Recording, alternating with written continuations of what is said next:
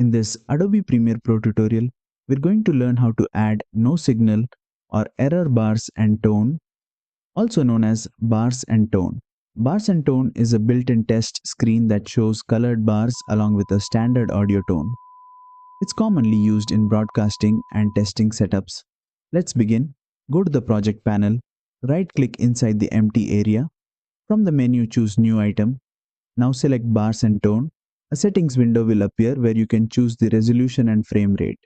Usually you can keep it the same as your sequence settings. Click OK. You'll now see a new item called Bars and Tone inside your project panel. Drag it onto your timeline.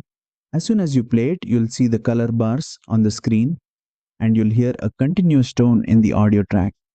If you want to create a no signal or error style intro screen, you can simply trim the bars and tone clip to your desired duration.